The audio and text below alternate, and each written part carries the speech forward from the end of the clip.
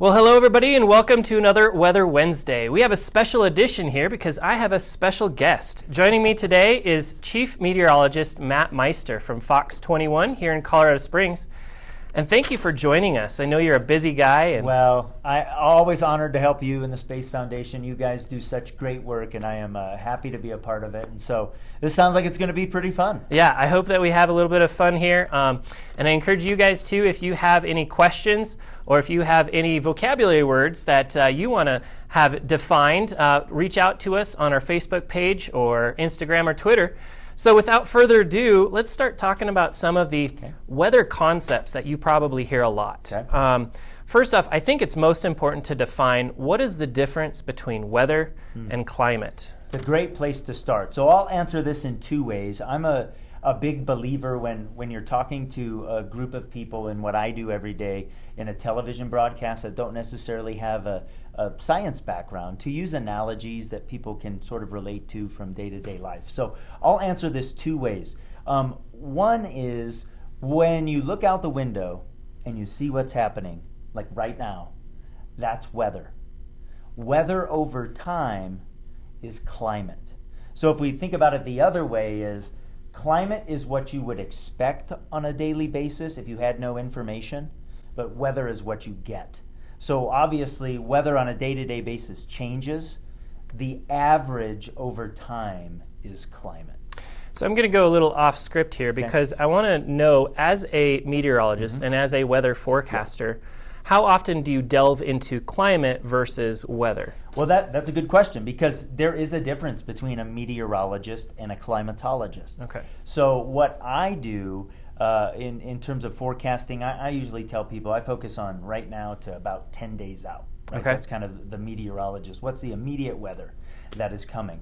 What you look at and the processes that drive that are a little bit different than what creates weather over time. So a climatologist is going to focus on things that happen across the globe that, there are certain oscillations we look at, how the ocean currents move, how temperature currents move.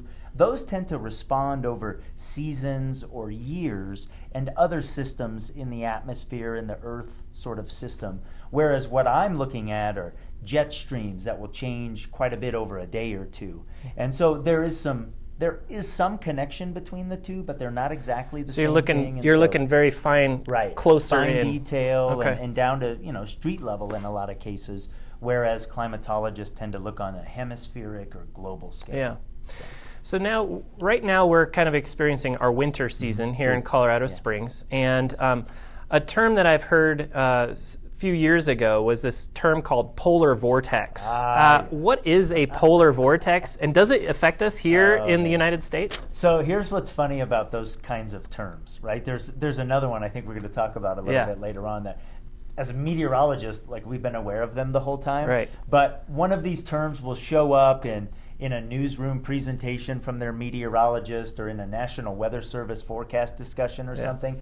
The polar vortex has been around forever, and it's simply the area of low pressure. We have two of them in our globe that circulate around the poles. So there's one over the North Pole and one over the South Pole. And so they tend to be these long-lasting circulations that rotate and are always there. Now, these move around a little, but really is the main circulation of the pole as it oscillates a little bit to get a little lower in latitude. And so that happened a couple years ago, and somebody mentioned it, and then a news person was like, that sounds like a headline. Yeah, and right. So it really is the glorification of scientific terms that have So grabbing on to some vocabulary that sounds cool. Right.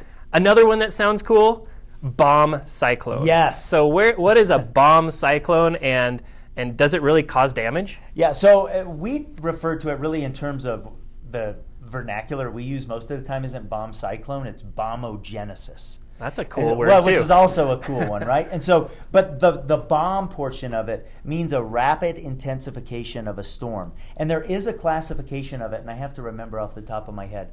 It is, in 24 hours, the pressure, central pressure of the storm has to drop an X amount. I think it's 24.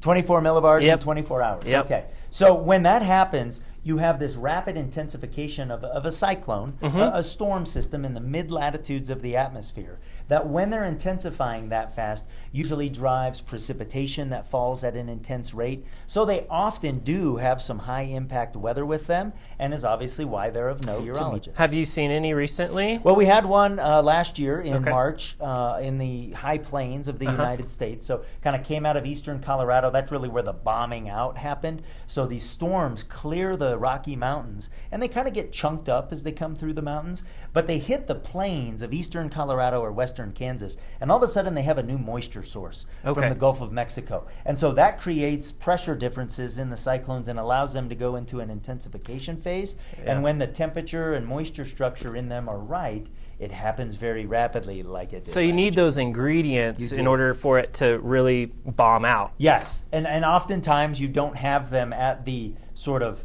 maximums, like maximum cold air and maximum sort of warmer moist air to allow that to happen at that rate. I mean, they often intensify as they clear the mountains, but you just don't get that bombing out. Okay, very cool. So joining me today is Chief Meteorologist Matt Meister, and just want to do a couple more vocabulary words that we come across. Okay. Something that's of interest to me is the idea of percent chance of precipitation, because sometimes I see 30% chance of precipitation. Right. Nothing happens. Right. Or sometimes I see 30% chance of precipitation and it's a deluge. So what is this percent precipitation? Well, and I can tell you within the meteorological community, particularly as broadcasters, this isn't always used the same way. So I'll start most scientifically, and really it comes from our computer models that take current observations of the atmosphere and then using the math equations that govern the laws of how the atmosphere is supposed to behave and how everything reacts to each other. It's the mathematical output of those models, and specifically what it means is for one data point in the model, what is the percent chance that that data point over whatever the given time period you're looking at, so let's say the next 6 hours, what's the probability that that one data point receives at least 0.01 of an inch, so 1/100th of an inch of moisture. A measurable amount. Right. And so we can't calculate every point on the ground and every point three-dimensionally in the atmosphere. So it's used as like a normal probability. Like the higher the number, the more likely it is to get 1/100th of an inch. So that tells you nothing about intensity of rain or duration it doesn't of rain. Tell you how much you're going to get. No. Just what are the chances? Right, exactly. Okay. And so that's a mathematical number, right? But then when you sort of take it further, so one of the pieces of my job is to take that sort of scientific and mathematical information and relate it to the person at home that's cooking breakfast or cooking dinner, getting lunches ready for the next day. And so we use it a little bit differently. Okay. So I take it, so like a 30% chance of rain if I forecasted it in Colorado, if I put that on a 7-day forecast, let's say, would not be the same as if I was doing that in Florida or in maybe the upper Midwest. Why? Why is that not the same? Because our precipitation events are different. So I want someone to come away with, if I put 30% here in Colorado, right, it would be for, say, one of those summer afternoons that I know there are going to be maybe 2 or 3 thunderstorms coming off the mountains, and I don't know exactly where they're going to be. I would say, okay, that may be a 30% chance, right? So then the next challenge is where too, right? So here in Colorado we have a lot of topography and things that influence it. Very much so. So that's why you're saying that estimating that here in Colorado is different than like Florida or Oregon or Where California. In Florida, things tend to be driven off of the sea breeze, and so you'll have a line of storms. And so maybe you could go, if you know that convection is going to develop on that sea breeze front, like there'll be a line of them, so you maybe could go 60%. If I said 60% in Colorado Springs on my 7-day forecast, I would be more confident that there would be a sort of longer kind of line or cluster of cells that would develop along the foothills and then move east. So I'd have more confidence that more people were going to experience that. I see. So in the broadcast standpoint, we do take some liberties with the science at times, because of who we're communicating to. And POPs is what we call them, probability of precipitation, or POPs, is a good example of that. So the higher the percent chance, at least here in Colorado, the higher the percent chance, the more widespread it will probably be. That's how we mean it. And the models will tend to show that as well, because if there's say, going back to this one point that we were talking about, if there's a 60% chance that one point is going to get some moisture in the next whatever time period, odds are that surrounding points are going to have pops as well. Okay. So there's a great, I don't remember who sent it out, but there's a picture, someone made a grid online.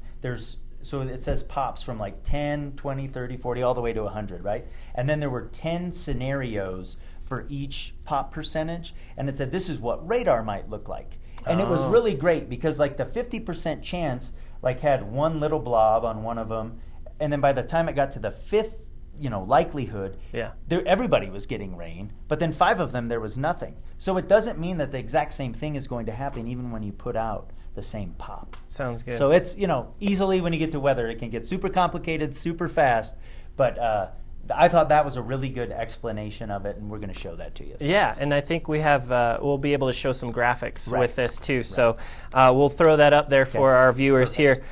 Last question. And especially as we get into summer weather here in Colorado, but this affects people everywhere. What's the difference between a watch and a warning? So we have flood watch, flood warning. We have thunderstorm watch, thunderstorm. What's the difference between a watch and a warning? And this is one of the most important things that when I go do community events or events like this, one of the most important things for us to talk about. So one of the roles of the National Weather Service is to issue those products you're talking about. And let's focus on a tornado watch or a tornado warning. Okay, so a tornado watch means that conditions are favorable for the development of. So like heads up, like, hey, watch out, right, is one way I say to think of it. A tornado warning means, hey, there is a storm right now that is producing a tornado right now or may produce one any moment. So we need you to do something if you're under that tornado warning. Another way to think about it is like this. If I had a bunch of ingredients on the kitchen counter, right, I had some flour, some sugar, I had some milk, I had an egg, I had some vanilla extract, and then I had some little cupcake little holders. I have the ingredients to make a cupcake. But until I mix them together and put them in the oven, only then do I actually have a cupcake. So a tornado watch means, hey, we have the ingredients to make a tornado, but we haven't done it. But we're not smelling anything for Right. And the tornado warning means, hey, these ingredients are in the oven, they're cooking, we're about to bring it out, or hey, smell the muffins, see the tornado. I gotcha. That's the difference between the watch and the warning. Be aware. A watch is be aware, but a warning, that's a warning. Be on the lookout. And a watch is an opportunity to say, okay, if a tornado is coming to our house or to our school or a place of business, it's an opportunity to remind yourself, what are our safe places? What are our evacuation plans if we need them? Whatever that might be. When the warning is issued, that's not the time to start thinking about it. That's the time to do. And to do something to keep yourself safe. I see. Very good. Well, thank you for joining me today. Of course, my pleasure. Appreciate that. And if people want to follow you, what online things do you have? Yeah, sure. Social media is one of the great things about what we do nowadays. Love having discussions like this with people on social media and sharing cool things that we see. So I'm the WX Meister. WX is kind of TV short for weather. Right. So the Weather Meister on Facebook, Instagram, or Twitter. I'm the same thing on all of the platforms. Very cool. So would love to interact with you there, whether you're in Southern Colorado or not. I just love weather, love talking about it, and so hope to see you on there. Yeah, thanks for joining us today on our Weather Wednesday with special guest Matt Meister. Thanks for joining us, and we'll see you next time on our next Weather Wednesday.